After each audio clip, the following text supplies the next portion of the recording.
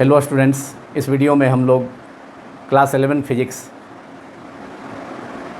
Chapter 3 NCERT old book but chapter 2 NCERT new book सरल रेखा में गति मोशन इन स्ट्रेट लाइन का एक अति महत्वपूर्ण वेरी इम्पॉर्टेंट टॉपिक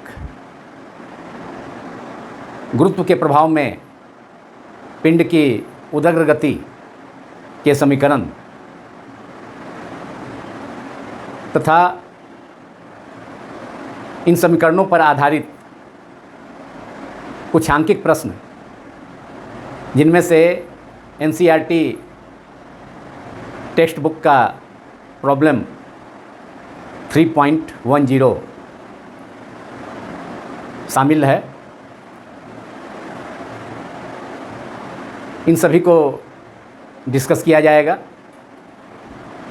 तथा गुरुत्व के अधीन मुक्त रूप से गिरते पिंड की गति का त्वरण समय ग्राफ, वेग समय ग्राफ तथा दूरी समय ग्राफ को भी डिस्कस किया जाएगा। गुरुत्व के प्रभाव में पिंड की उदग्र गति freely falling body under the action of gravity पर आधारित आंकिक प्रश्न प्रॉब्लम्स क्लास 11 फिजिक्स के अलावा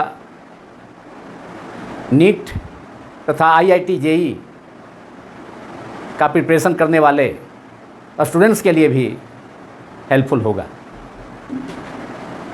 तो सबसे पहले यह जाना जाए कि गुरुत्वीय त्वरण क्या है। What is acceleration due to gravity, जिसे स्मॉल जी संकेत से सूचित किया जाता है। जब कोई पिंड पृथ्वी तल से या किसी क्षैतिज तल से कुछ ऊंचाई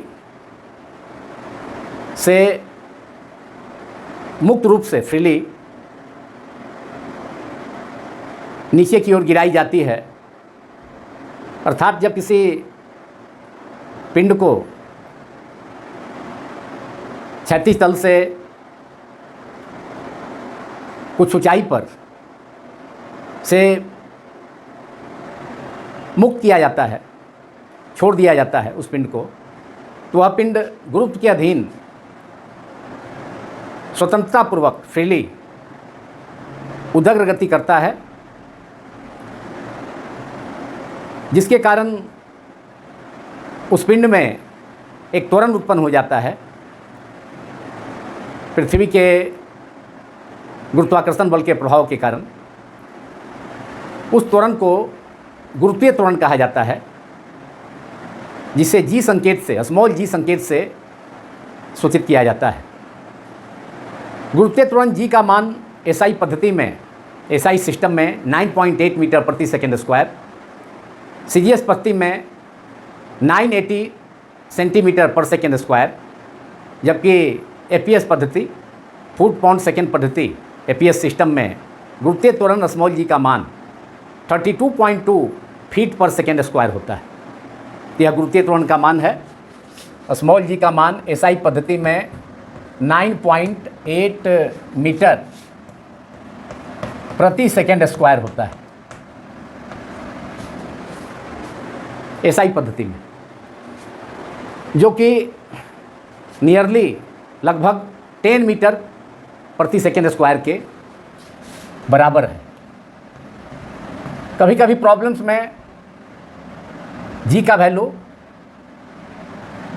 10 मीटर पर सेकेंड स्क्वायर दिया हुआ होता है, तो वैसे प्रॉब्लम में स्मॉल जी का वैल्यू 10 मीटर पर सेकेंड स्क्वायर पुट कर रख कर उस प्रॉब्लम का सॉल्यूशन किया जा सकता है।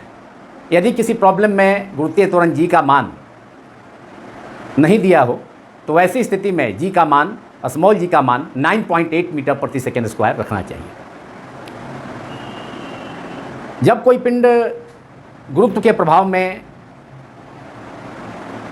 किसी निश्चित ऊंचाई से, एक निश्चित ऊंचाई से ज़मीन से, पृथ्वी तल से या किसी क्षैतिज तल से एक निश्चित ऊंचाई से मुक्त रूप से गतिशील होती है तो पिंड में उत्पन्न गुरुत्वीय त्वरण, पिंड में उत्पन्न त्वरण को गुरुत्वीय त्वरण कहा जाता है उस स्थिति में, जिसका मान नियत होता है।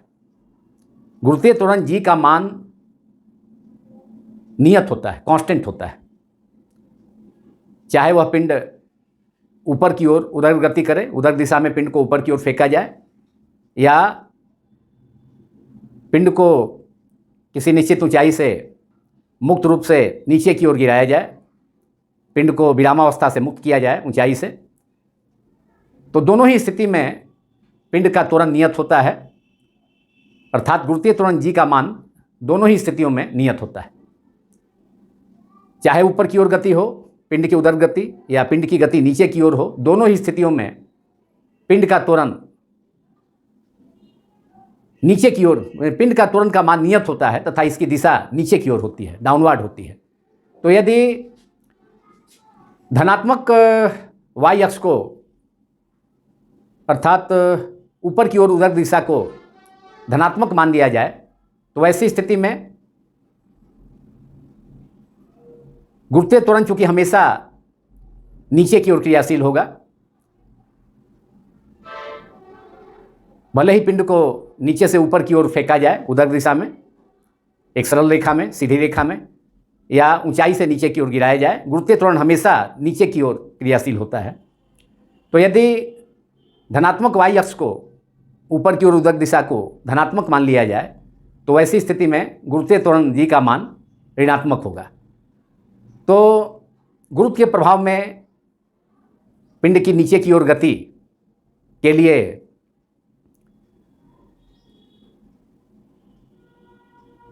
निम्न 3 समीकरण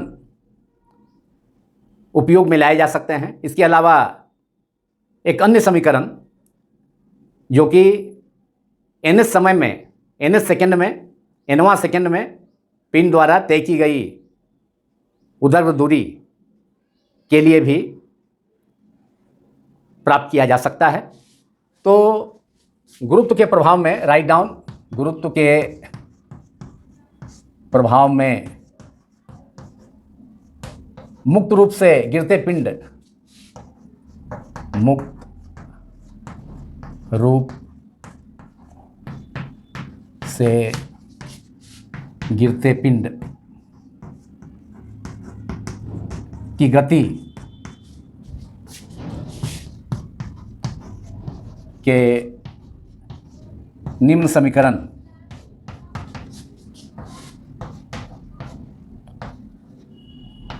हो सकते हैं।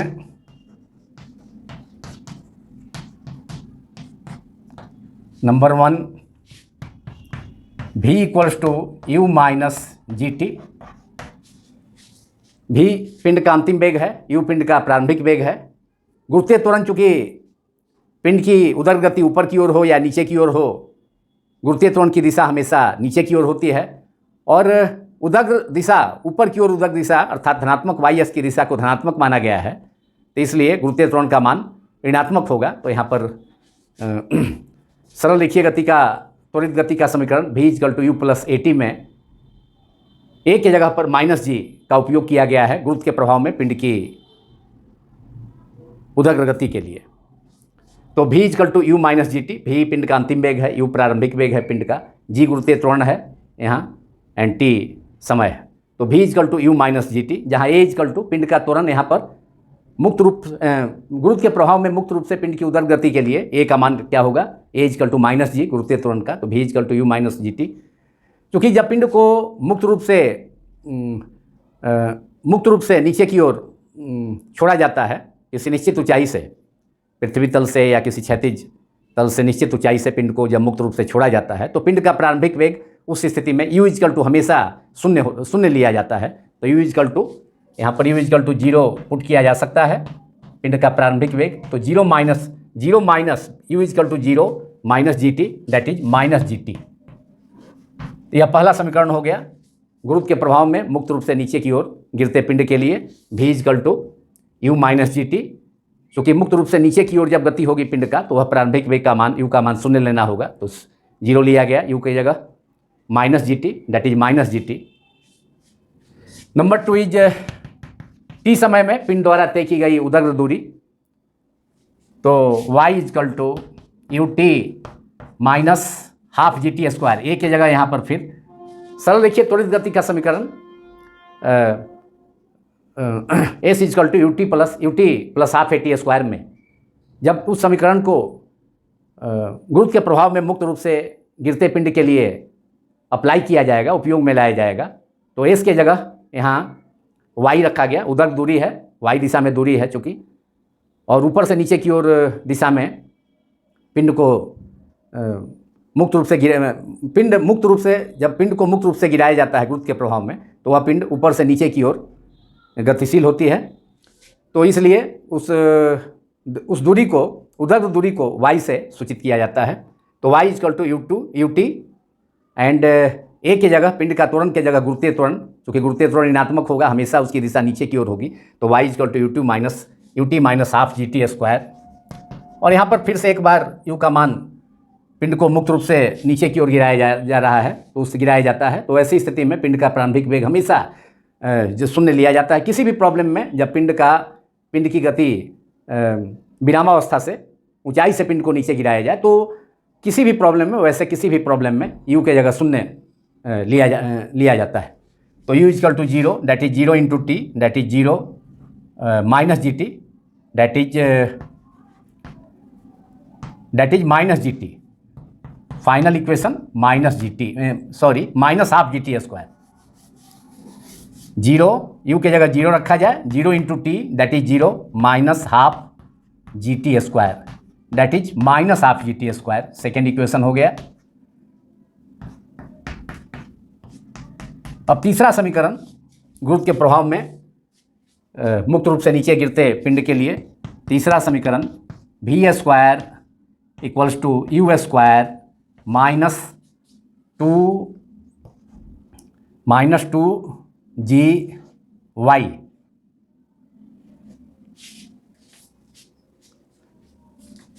Since u is equal to 0, then we have 0 minus zero square.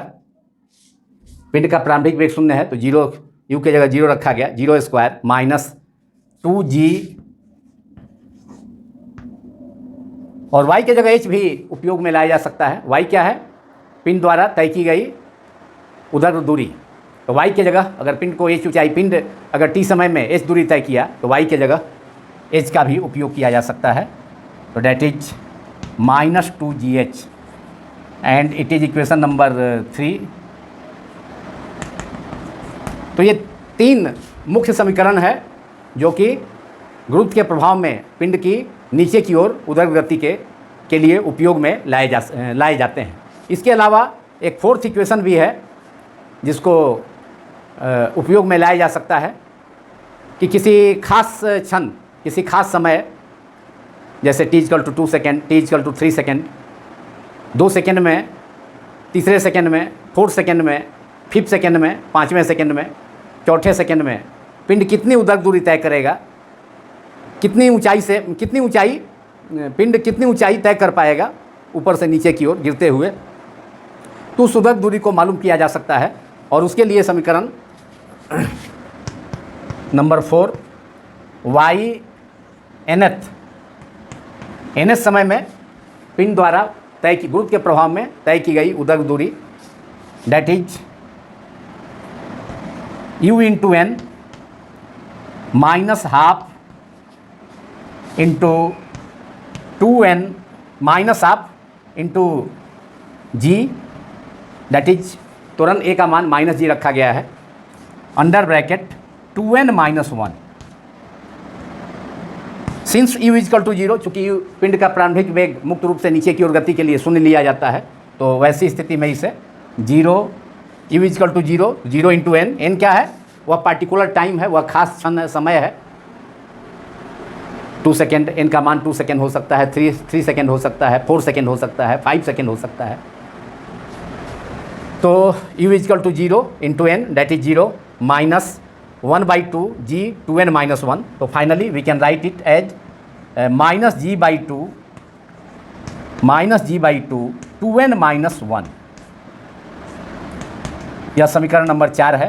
तो इस प्रकार कुल मिलाकर कुल गुरुत्व के प्रभाव में पिंड की उदर गति के लिए जब पिंड को ऊंचाई से विरामावस्था से मुक्त किया जाता है नीचे की ओर, तो उसके लिए निम्न 4 समीकरण, मतलब 4 समीकरण जिसको मैंने बोर्ड पर लिखा है, उसका उपयोग किया जा सकता है।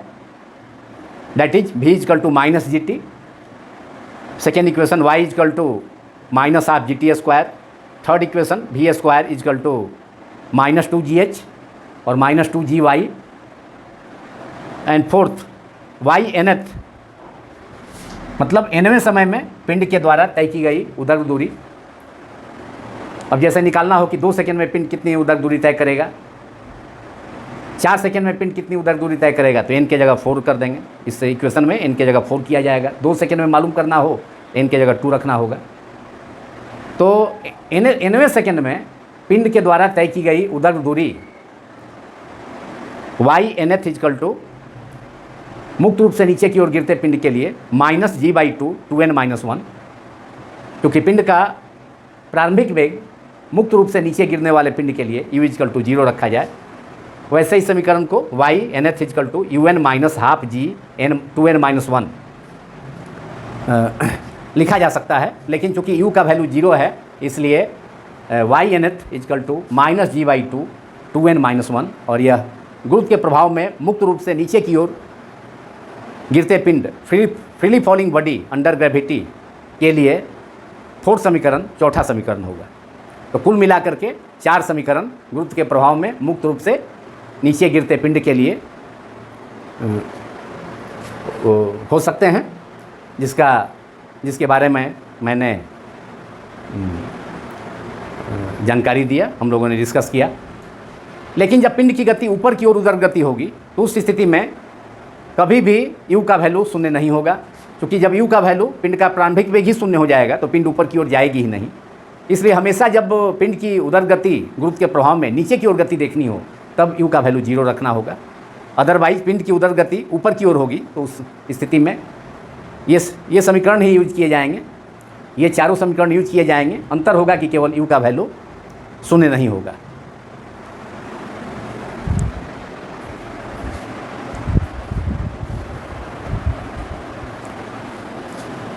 अब गुरुत्व के प्रभाव में पिंड की उदर गति के लिए त्वरण का समय के साथ परिवर्तन,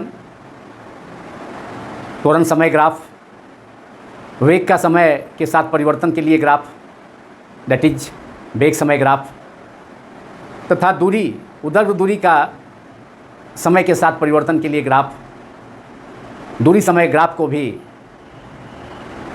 प्लॉट किया जा सकता है, दर्शाया जा सकता है। सबसे पहले गुरुत्व के प्रभाव में पिंड की उदर गति के लिए त्वरण का समय के साथ परिवर्तन से संबंधित ग्राफ, अर्थात त्वरण समय ग्राफ को खींचा जाए, प्लॉट किया जाए। तो इसके लिए त्वरण समय ग्राफ के लिए त्वरण को ऋणात्मक y अक्ष की दिशा में, अर्थात नीचे की ओर सपोज किया जाए। क्योंकि गुरुत्वीय त्वरण की दिशा हमेशा नीचे की ओर होती है, तथा धनात्मक y अक्ष की दिशा ऊपर की ओर धनात्मक मान लिया जाए, तो ऋणात्मक y अक्ष की दिशा में गुरुत्वीय त्वरण नीचे की ओर हमेशा ऋणात्मक लिया जाता है उस स्थिति में। तो ये त्वरण हो गया। पिंड का जो त्वरण है वह जो वास्तव में क्या है, गुरुत्वीय त्वरण के बराबर है। तो a की जगह यहाँ पर g हो गया, जो कि निगेटिव भी है, a इजकल टू माइनस जी। तो इसलिए गुरुत्वीय त्वरण का मान यहाँ पर सपोज किया जा सकता है, सपोज मीटर, और यह मीटर प्रति सेकेंड स्क्वायर में होगा। तो सपोज किया जाए कि ऋणात्मक y, चूँकि माइनस y अक्ष की दिशा में हमने त्वरण को, गुरुत्वीय त्वरण को सपोज किया है, तथा x अक्ष की दिशा में समय को x अक्ष की दिशा में समय माना जाए। यह माना जाए कि x समय धनात्मक x अक्ष की दिशा में है, तो x अक्ष की दिशा में t हो गया, और समय सेकेंड में होगा। समय को सेकेंड में व्यक्त किया जा सकता है। तो समय यहाँ पर ये 0 हो गया, ऑरिजिन प्रारंभिक बिंदु, और इसको 1-1 सेकेंड का इंटरवल ले लिया जाए, 1 सेकेंड समय का, 2 सेकेंड, 3 सेकेंड, 4 सेकेंड, ऐसे इस ढंग से। तो 3 सेकेंड हो गया, फिर 4 सेकेंड, धनात्मक एक्स अक्ष की दिशा में समय है 4 सेकेंड। एंड गुरुत्वीय त्वरण को नीचे की ओर ऋणात्मक वाई अक्ष की दिशा में त्वरण को, अर्थात गुरुत्वीय त्वरण को निरूपित किया गया है इस ग्राफ में। तो त्वरण का मान मीटर प्रति सेकंड में होगा, गुरुत्वीय त्वरण का मान भी। तो यहाँ पर -5 मीटर पर सेकेंड स्क्वायर, फिर -10 मीटर पर सेकेंड स्क्वायर ले लिया गया, चूँकि गुरुत्वीय त्वरण का मान का वैल्यू जो वैल्यू होता है वह 9.8 मीटर पर सेकेंड स्क्वायर, जिसका जो स्टैंडर्ड वैल्यू होता है, मानक मान गुरुत्वीय त्वरण का SI पत्ती में, जो कि -10 मीटर जो कि 10 मीटर पर सेकेंड स्क्वायर के लगभग बराबर होता है। क्योंकि गुरुत्वीय त्वरण की दिशा हमेशा नीचे की ओर होती है, तो उसे ऋणात्मक संकेत से सूचित किया जाता है, इसलिए -9.8 मीटर पर सेकेंड स्क्वायर और लगभग यह -10 मीटर पर सेकेंड स्क्वायर। तो यह ग्राफ चाहे समय कोई भी हो, 1 सेकेंड समय हो, 2 सेकेंड हो, समय का परिवर्तन हो रहा है, 1 सेकेंड, 2 सेकेंड, 3 सेकेंड, 4 सेकेंड, लेकिन हमने शुरू में ही हम लोगों ने यह डिस्कस किया था, यह जाना था कि गुरुत्वीय त्वरण जी का मान हमेशा नियत होता है।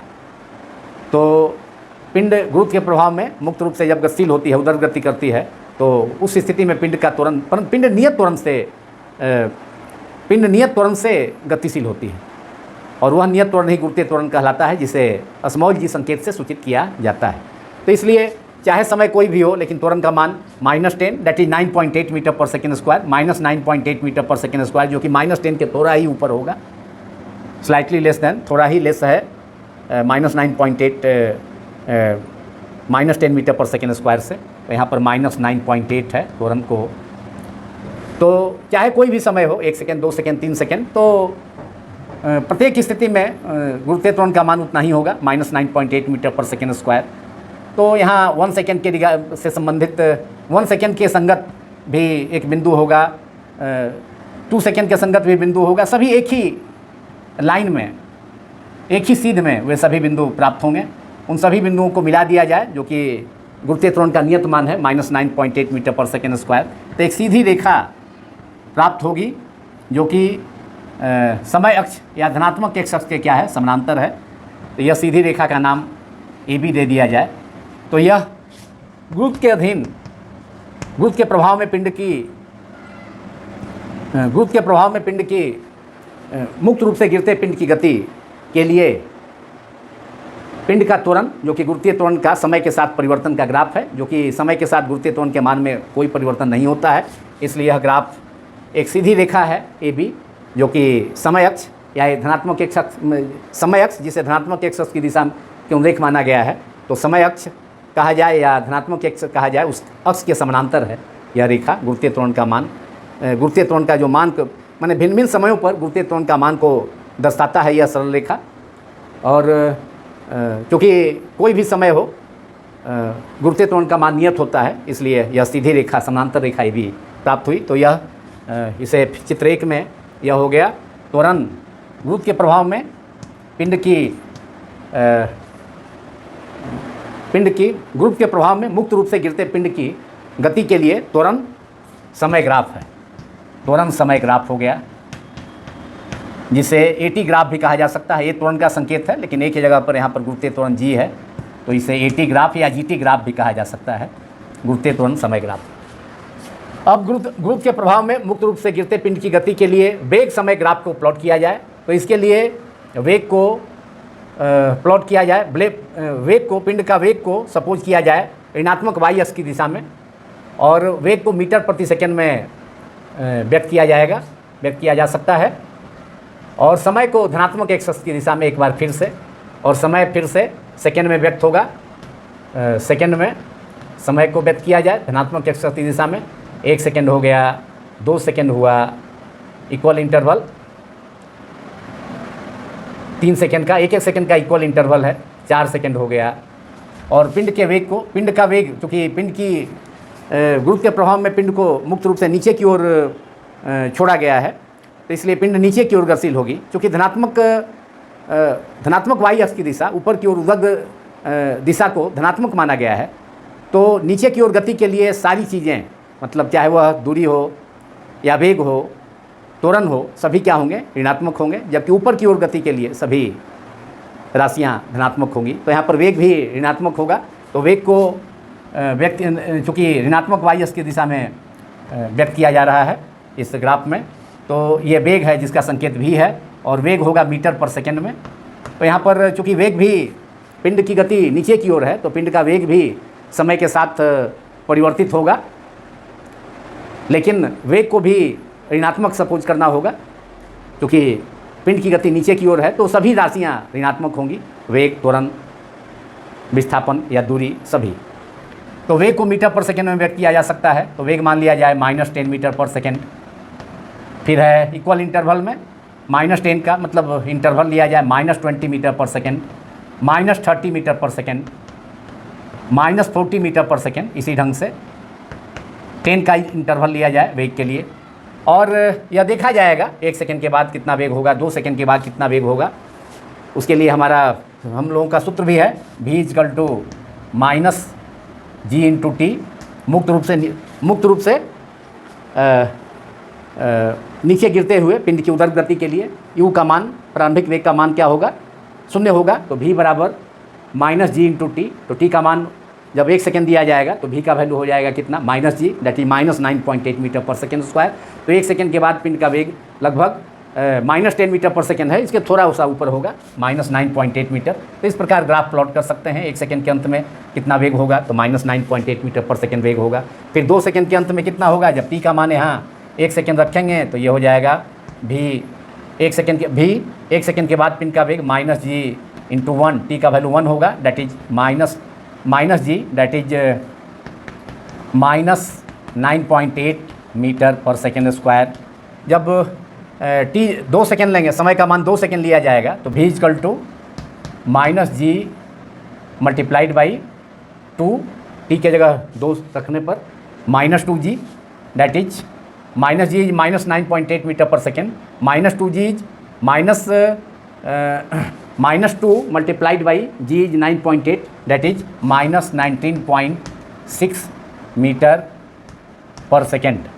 2 सेकेंड के बाद पिंड का वेग होगा v = -19.6 मीटर पर सेकेंड। इसी प्रकार जब समय t = 3 सेकेंड है, 3 सेकेंड के बाद कितना पिंड का वेग होगा, तो अभी हम इस सूत्र से मालूम कर सकते हैं। तो उसके पहले 2 सेकेंड के बाद पिंड का वेग कितना है, -19.6 मीटर पर सेकेंड है। तो इस वेग समय ग्राफ में हम 2 सेकेंड के संगत, 2 सेकेंड यहाँ धनात्मक x अक्ष पर है, तो 2 सेकेंड, और इसके संगत वेग है कितना, -19.6, तो -20 मीटर पर सेकेंड से थोड़ा ही कम है, जो कि यह बिंदु होगा -20 मीटर पर सेकेंड के पहले का। तो 2 सेकेंड के संगत बिंदु होगा, t = 2 सेकेंड के संगत बिंदु होगा -19.6। तो यहाँ पर यह बिंदु प्राप्त कर लिया जाए, इस बिंदु को यहाँ दर्शाया दिया जाए, और इस बिंदु को दर्शाकर घेर दिया गया सर्किल के अंदर। अब हमें जब t बराबर 3 सेकेंड है तो पिंड का वेग कितना होगा वह भी मालूम कर सकते हैं। तो t बराबर 3 सेकेंड, तो पिंड का वेग v = -gt, तो -g × 3, that is -3g, that is -3 × 9.8, g is 9.8 metre पर second. So it is -29.4 metre पर सेकेंड। तो 3 सेकेंड के बाद पिंड का वेग कितना हो जाएगा, v3, मतलब 3 सेकेंड के बाद पिंड का वेग हो जाएगा -29.4 मीटर पर सेकेंड। तो 3 सेकेंड धनात्मक x अक्ष पर है, इसके संगत बिंदु ले लिया जाए, और यहाँ पर -y अक्ष की दिशा में, क्योंकि वेग v को प्रदर्शित किया गया है मीटर प्रति सेकेंड में, तो -30 मीटर पर सेकेंड है, वेग भी ऋणात्मक है नीचे की ओर गति के लिए। तो -30 चूँकि 3 सेकेंड पर वेग कितना है, -29.4, जो कि -30 मीटर पर सेकेंड से थोड़ा ही कम है। तो 3 सेकेंड, जब t बराबर 3 सेकेंड है तो इसका संगत बिंदु को भी दर्शा दिया जाए, और ये -30 मीटर पर सेकेंड के थोड़ा पहले। तो इस प्रकार हमने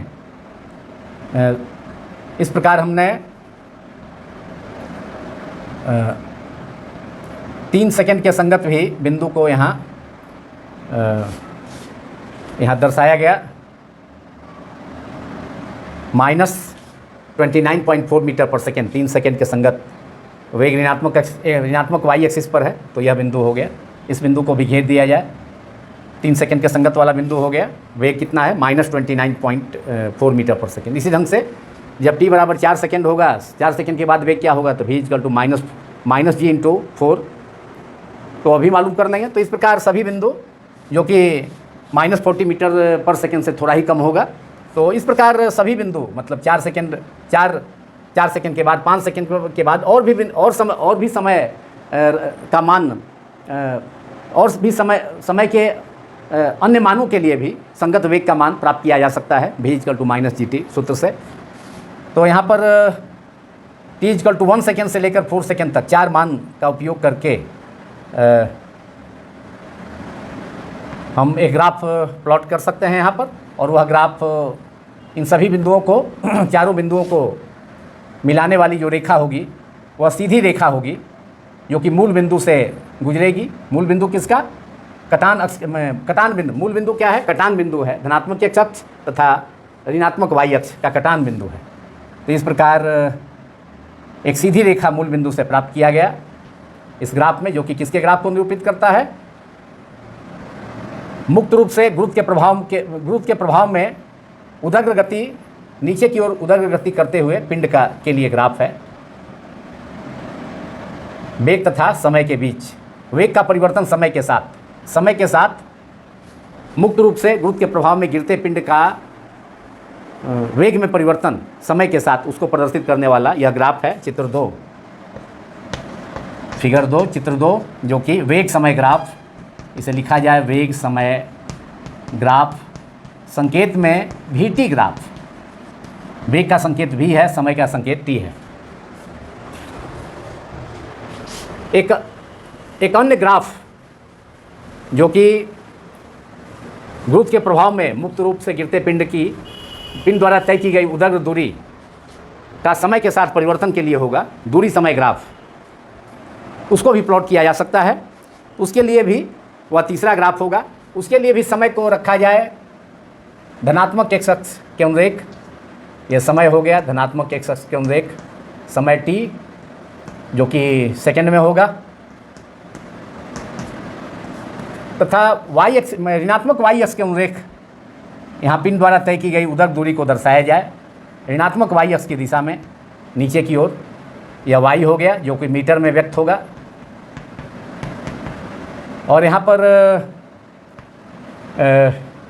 समय को हम 1-1 सेकेंड का इंटरवल में ले लिया जाए। 1 सेकेंड है, 2 सेकेंड है, 3 सेकेंड है, 4 सेकेंड है, समय का 4 मान यहाँ भी। और पिन द्वारा तय की गई दूरी को भी रखा जाए -10 मीटर पर सेकेंड, -10 मीटर, फिर -20 मीटर, 10-10 का इंटरवल यहाँ रखा जाए दूरी के लिए। -30 मीटर, -40 मीटर, ऋणात्मक y अक्ष के अनुरेख नीचे की ओर, -50 मीटर, इसी ढंग से -60 मीटर आगे भी लिया जा सकता है। अब t समय में समय के बढ़ते मान के साथ पिन द्वारा तय की गई उदग्र दूरी को प्राप्त कर सकते हैं। उसके लिए भी हम लोगों ने समीकरण प्राप्त किया था y इक्वल टू -12 gt²। तो t का मान जब 1 सेकेंड रखना हो तो t 1 सेकेंड इस समीकरण सूत्र में रखेंगे।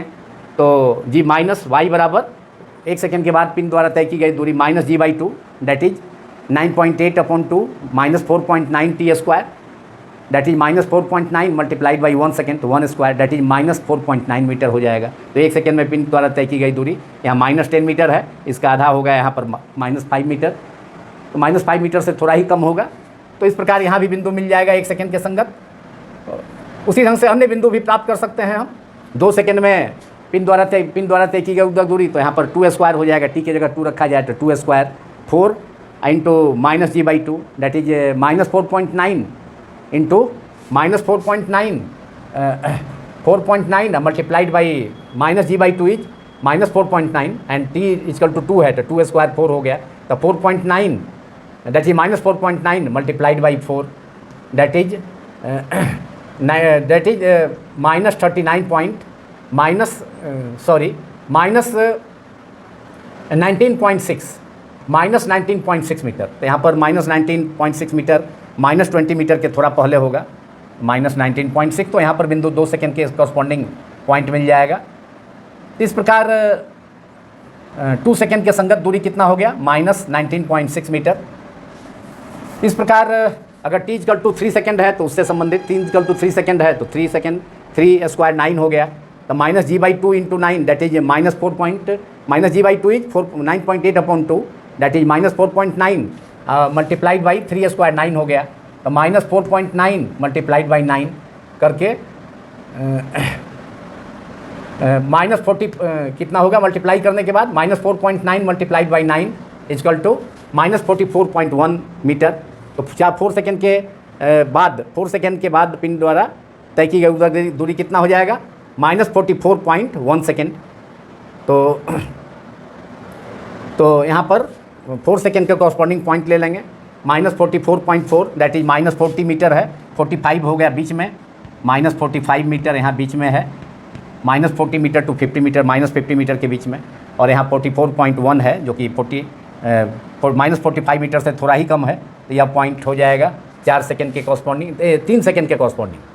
जब t इक्वल टू 3 सेकेंड है तो उसके कॉरस्पॉन्डिंग पॉइंट यहाँ हो गया -44.1 मीटर, जो कि -45 मीटर पर सेकेंड से थोड़ा ही पहले है। तो इस प्रकार यह भी पॉइंट मिल गया। इन सभी पॉइंट को जब स्केच करेंगे तो ये तो स्ट्रेट लाइन नहीं होगा, एक पैराबोलिक परवलयाकार वक्र प्राप्त होगा जो कि उत्तल आकार आकृति का होगा, कॉन्वेक्स आकृति का वक्र प्राप्त हो रहा है।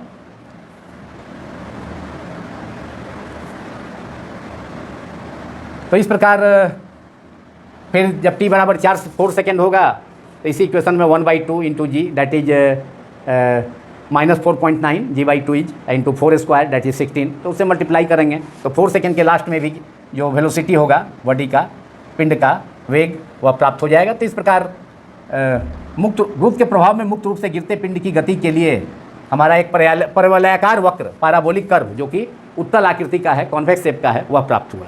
तो इसे लिखा जाए चित्र 3, जो कि दूरी उदक दूरी समय ग्राफ, उदक दूरी पिंड द्वारा तय की गई उदक दूरी गुरुत्व के प्रभाव में, तो उदक दूरी समय ग्राफ या दूरी समय ग्राफ भी लिखा जा सकता है, या स्थिति समय ग्राफ भी इसे कहा जा सकता है, उदक दूरी समय ग्राफ। और संकेत में इसे लिखा जा सकता है वाई टी ग्राफ। वाई संकेत है किसका? वाई संकेत है स्थिति का, दूरी का, टी समय है, टी संकेत है समय का। इस प्रकार गुरुत्व के प्रभाव में मुक्त रूप से गिरते पिंड की उदर गति के लिए हम लोगों ने त्वरण समय ग्राफ, एटी ग्राफ, वेग समय ग्राफ, भीटी ग्राफ तथा उदक दूरी समय ग्राफ या स्थिति समय ग्राफ को डिस्कस किया। और ये तीनों ग्राफ से संबंधित प्रश्न नीट एंड IIT JEE इंट्रेंसेस में अक्सर पूछे जाते हैं।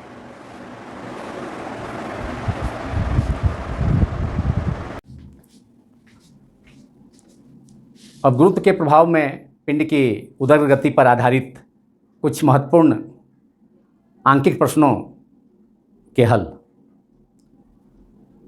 Solutions to some important problems based on the freely falling body under the action of gravity. Problem 1 है जो कि एक्चुअली NCERT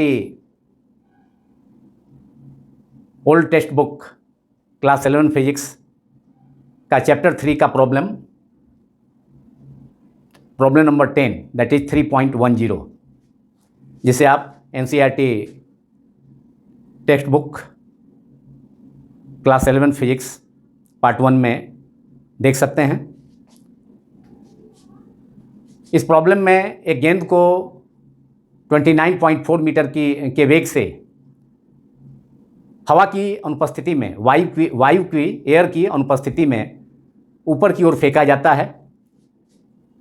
इस प्रॉब्लम में 4 पार्ट हैं। पार्ट ए में है कि गेंद की ऊपर की ओर गति के दौरान पिंड के त्वरण की दिशा, मतलब गेंद के त्वरण की दिशा क्या होगी। पार्ट बी में है अधिकतम ऊंचाई पर गेंद का वेग तथा त्वरण का मान क्या होगा। पार्ट सी में है गेंद कितनी ऊंचाई तक जाती है। एंड पार्ट डी में है, फोर्थ पार्ट इसका, कि गेंद को वापस ज़मीन पर लौटने में कितना समय लगेगा, कितना समय लगता है। तो इस प्रॉब्लम में 4 पार्ट्स हैं। एनसीईआरटी टेक्स्ट प्रॉब्लम 3.10, जिसको कि मैंने प्रॉब्लम नंबर 1 सेलेक्ट किया है इस वीडियो में। गुरुत्व के प्रभाव में पिंड की गति पर आधारित। अब इसका सॉल्यूशन किया जाए, हल किया जाए इस आंकिक प्रश्न का।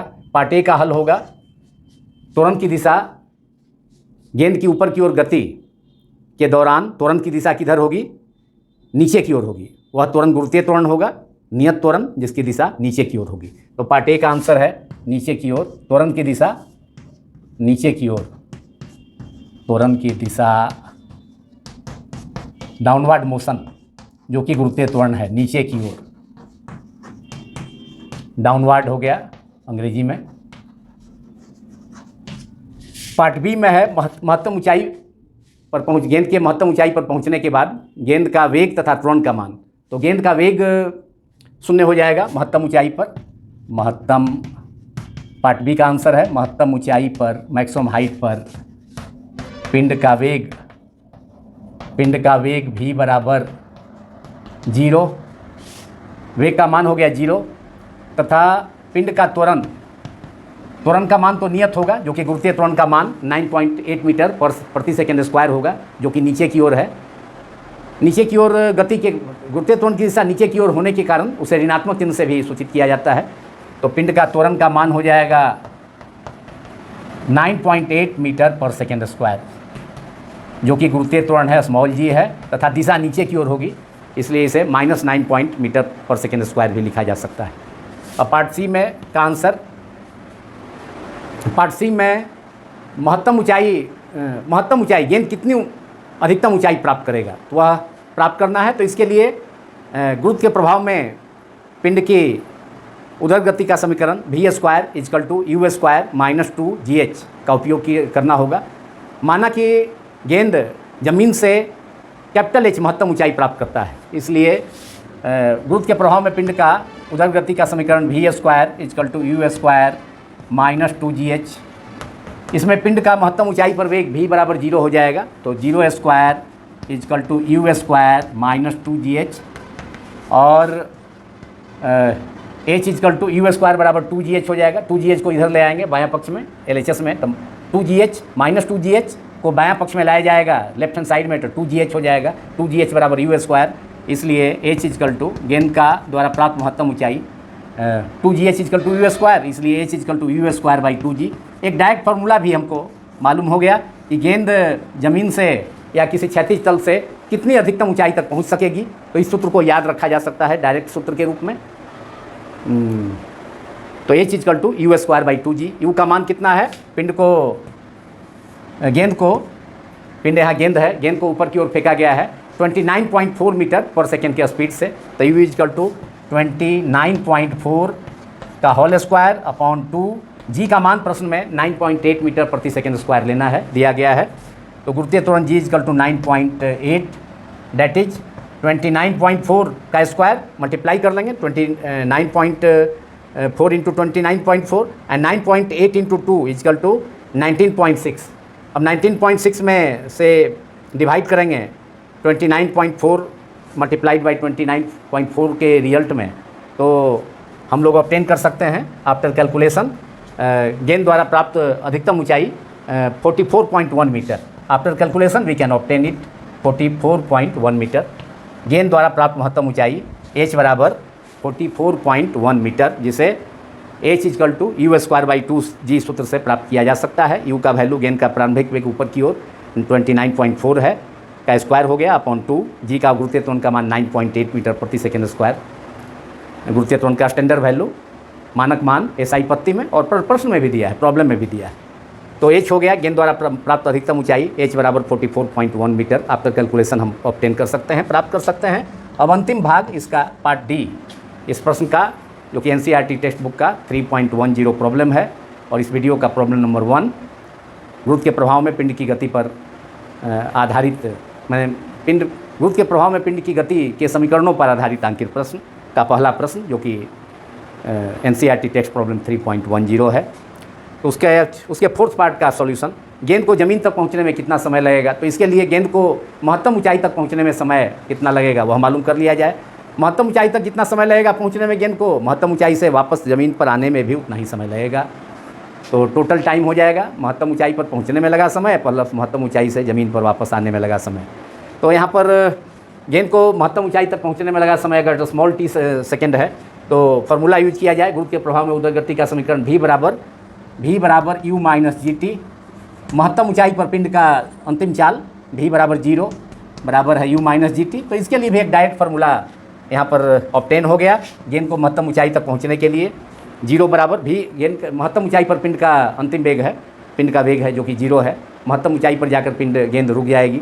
तो 0 is equal to u minus g t, इसलिए g t is equal to u, g t minus g t को LHS में लाया जाए तो जी टी बराबर u, इसलिए t इजकल टू हो जाएगा, एक फार्मूला डायरेक्ट फार्मूला हो गया, t is equal to u by g, मतलब पिंड का प्रारंभिक वेग ऊपर की ओर प्रारंभिक वेग में गुरुत्वीय त्वरण से भाग दिया जाए, डिवाइड किया जाए तो समय निकल जाएगा। गेंद को ऊपर पहुँचने में लगा समय, गेंद को ज़मीन से ऊपर पहुँचने में लगा समय t is equal to u by g, direct formula भी आप याद रख सकते हैं।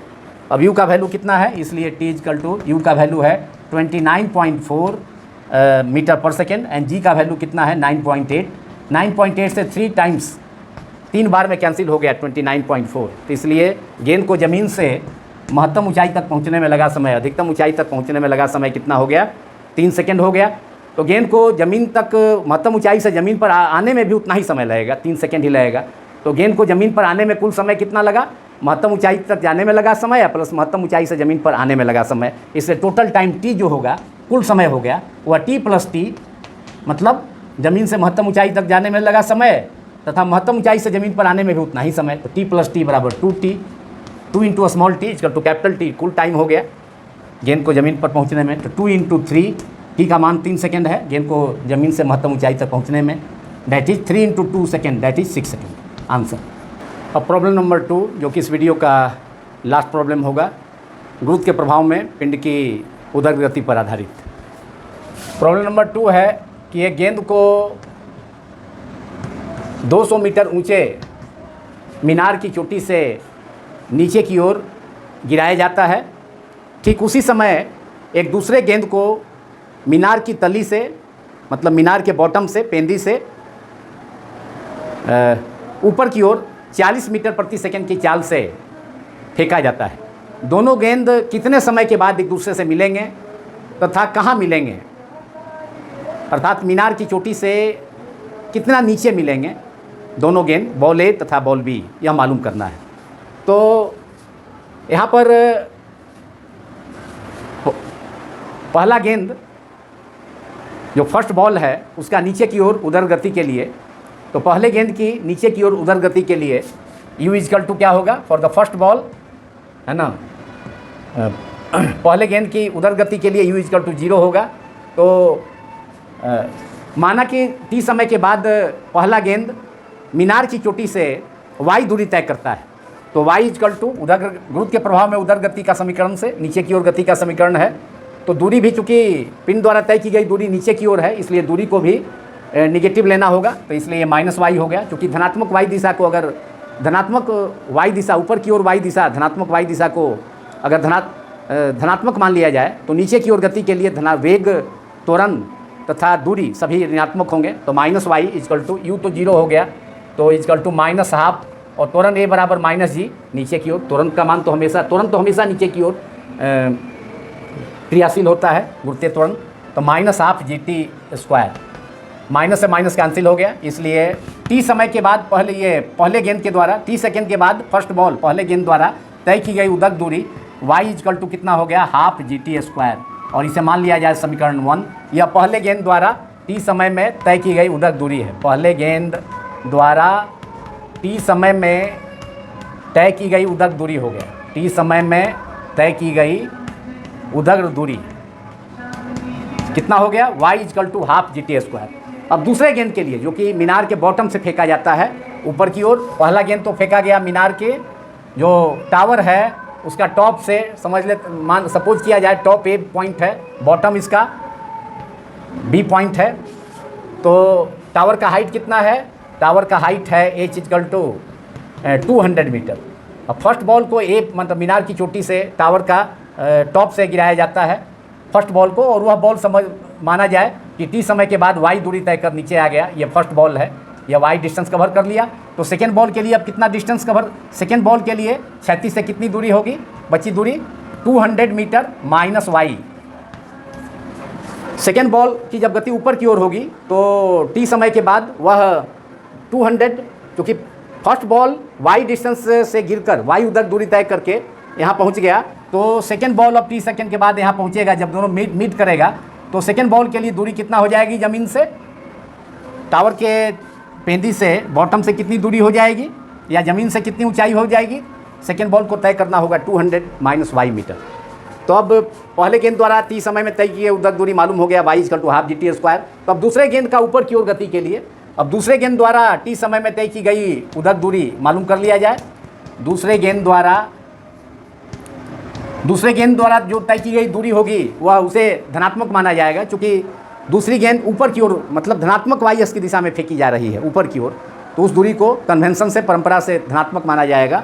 तो दूसरे गेंद के लिए क्या हो जाएगा, गेंद द्वारा उतना ही समय में टी समय में तय की गई उदग्र दूरी, टी समय में ऊपर की ओर तय की गई उदग्र दूरी कितना हो गया, उदग्र दूरी 200 माइनस वाई बराबर है यू कितना है, दूसरे गेंद का ऊपर की ओर प्रारंभिक वेग कितना है 40 मीटर पर सेकेंड, 40 मीटर पर सेकेंड, तो 200 माइनस वाई हो गया दूसरे गेंद द्वारा तय की गई ऊपर की ओर तय की गई उदग्र दूरी, जिसे धनात्मक लिया गया। तो ये 40 यू टी माने 40 इंटू टी माइनस, क्योंकि गुरुत्वीय त्वरण तो हमेशा नीचे की ओर क्रियाशील है उसकी दिशा, इसलिए वह उसको निगेटिव फिर से लेना होगा। तो यू की जगह 40 हो गया इंटू टी माइनस हाफ जी इंटू टी स्क्वायर। अब यहाँ पर y इजकल टू समीकरण 1 से y इजकल टू कितना है, हाफ जी टी स्क्वायर है, तो समीकरण 2 मान लिया जाए। दूसरे गेंद के लिए जो टी समय में तय की गई उदग्र दूरी 200 minus y equal to 40 t minus half g t square. अब समीकरण 1 से y के जगह समीकरण 2 के LHS में हाफ जी टी स्क्वायर रख दिया जाए, तो समीकरण 1 एवं 2 से मतलब समीकरण 2 का उपयोग समीकरण 2 में y बराबर हाफ जी टी स्क्वायर रखने पर, तो समीकरण 1 एवं 2 से क्या हो गया 200 minus y equal to half g t square बराबर है 40 t minus half g t square. Half g t square cancel हो गया, तो इसलिए हमें अब बचा क्या, LHS में 200 तथा बायां पक्ष में 200 तथा दाएं पक्ष में RHS में 40 टी, इसलिए टी का मान मालूम हो गया कि गेंद कितने समय के बाद एक दूसरे से मिलेंगे, तो 5 सेकेंड के बाद, that is 200 equal to 40 t. अब लिख सकते हैं हम 200 इजकल टू हमें बचा 200 LHS में 40 टी RHS में बचा, इसलिए t is equal to 200 upon 40 that is 5 second. तो दोनों गेंद कितने समय के बाद एक दूसरे से मिलेंगे, 5 सेकेंड के बाद दोनों गेंद एक दूसरे से मिलेंगे, और वह कितनी दूरी होगी, उदग्र दूरी होगी मीनार की चोटी से, वह भी निकाला जाएगा। तो ज़मीन मीनार की पेंदी तथा मीनार की ऊंचाई के बीच में कोई पोजीशन होगा, वह दूरी होगी, वह बिंदु होगा जहां दोनों गेंद 5 सेकेंड के बाद मिलेंगे। अब कितने नीचे मिलेंगे मीनार की चोटी से, कितनी दूरी नीचे मिलेंगे उदग्र दूरी, वह भी मालूम हो जाएगा। तो यहाँ y इजकल टू समीकरण 1 में y is equal to half g t square है, t का मान 5 सेकेंड रख दिया जाए, g का मान 9.8 मीटर पर सेकेंड स्क्वायर, नियरली 10 मीटर, तो g का मान 10 रख दिया जाए, या 9.8 भी रखा जा सकता है। तो अब t इजकल टू 5 सेकेंड रखा जाए समीकरण 1 में, तो समीकरण 1 में लिखिए, समीकरण 1 में t इजकल टू 5 सेकेंड रखने पर क्या होगा, y गेंद द्वारा तय की गई उदग्र दूरी कहाँ से है, मीनार की चोटी से, पहले गेंद के लिए था y इजकल टू हाफ फिर पहले गेंद द्वारा तय की गई उदक दूरी टी समय में y था, तो y बराबर हाफ GT स्क्वायर, तो y इक्वल टू 1/2, g का मान 9.8, 10 रख दिया जाए उसको, 9.8 को nearly 10 into t square that is 5 square, 2 से कैंसिल हो गया 10 that is 5 times, that is 5 multiplied by 5 square is 25 and 25 into 5 that is 125 metre, 125 metre हो गया y इक्वल टू, मतलब दोनों गेंद कहाँ मिलेंगे, 5 सेकेंड के बाद मिलेंगे, तथा मीनार की चोटी से 125 मीटर नीचे पहला गेंद दूसरे गेंद से मिलेगा। तो ज़मीन से कितना, मीनार की पेंदी से कहाँ पर मिलेंगे, तो 200 मीटर मीनार की ऊंचाई है, तो अगर मीनार की मतलब ज़मीन से निकालना हो दोनों गेंद कितनी ऊंचाई पर मिलेंगे, तो 200 माइनस 125 दैट इज 75 मीटर हो जाएगा। लेकिन मीनार की चोटी से पहला गेंद दूसरे गेंद से मिलेगा कितना नीचे मिलेगा, 125 मीटर नीचे मिलेगा। तो इसलिए मीनार के पेंदी से ज़मीन से दोनों गेंद कहाँ मिलेंगे, मतलब फर्स्ट बॉल मिलेगा 75, सेकेंड बॉल मिलेगा 75 मीटर हाइट पर, तो ज़मीन से हो गया कितना बराबर, ज़मीन से दोनों मिलेंगे कितना 200 minus y that is 200 minus 125 metre बराबर है 75 मीटर ऊंचाई पर। मतलब ज़मीन से मीनार की पेंदी से 75 मीटर ऊंचाई पर सेकेंड बॉल जिसे पेंदी से फेंका गया है तो वह फर्स्ट बॉल से मिलेगा। तो दोनों गेंद मिलेंगे ज़मीन से 75 मीटर ऊंचाई पर तथा मीनार की चोटी से 125 मीटर नीचे। तो इस प्रकार प्रॉब्लम 2 का भी सॉल्यूशन किया गया, जो कि गुरुत्व के प्रभाव में पिंड की उदर गति पर आधारित समीकरण पर आधारित था। इसी के साथ अब यह वीडियो कंप्लीट होता है, पूरा होता है। आप सभी स्टूडेंट्स को, सभी व्यूअर्स को मेरा YouTube channel physics quantum classes को वॉच करने के लिए बहुत बहुत धन्यवाद।